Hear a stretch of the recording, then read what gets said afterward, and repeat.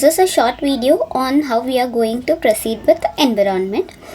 Basic source we are referring for this video is Environment book by PMF IAS. This is a comprehensive book that covers all the important topics of environment for UPSC. We have divided the contents of this book into 53 subtopics, which will be covered in 53 separate videos. That is one subtopic per video.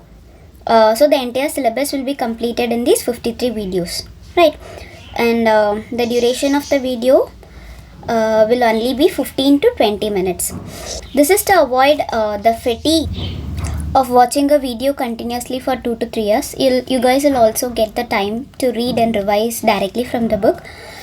So the format of the video will be defining the key terms. There will be explanation of concepts, and at the end we'll be discussing the PYQs related to it. And you guys are supposed to post the doubts in the comment section, which I will be dealing in the succeeding video. Our first lecture is on environment, habitat and ecosystem, which is almost ready, and it will be reaching you guys soon in our YouTube channel. Hope you guys learn a lot from that video. That's all for today. Thanks for watching.